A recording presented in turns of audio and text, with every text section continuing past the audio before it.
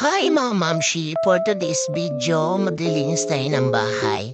Dahil Sunday ngayon, naglaba kami at kailangan ko na siyang iligpit at tupiin. Si Habi nga pala ay naglaba dyan at nagsampay.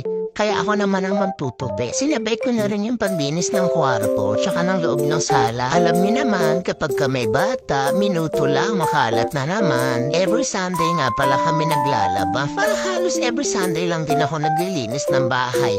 Sa araw-araw na ginagawa ko. Sa laki kasi ng bahay namin, hindi ko na maisabay-sabay linisin. Kaya araw-araw linis ng tindahan at kusina. Tapos pagka-Sunday naman yung loob ng kwarto tsaka sala. Pero depende pa rin yan sa sipag ko. Aba naman, tao lang din ako, napapagod din naman ako, aba.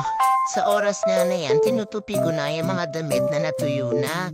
Kaway-kaway nga pala dyan sa mga mamshi na tamad magtupi ng mga damit. Makakapagod kasing tingnan pag ganito katambak yung mga damit na itutupi mo. Kapag naman hindi mo tinupi, sobrang kalat naman tingnan. Lalo na yung mga maliliit na damit na mga anak ko, ang dami-dami. Tinitingnan ko pa lang napapagod na ako. O siya mga mamshi, nakatapos na naman ako ng gawain ngayong araw.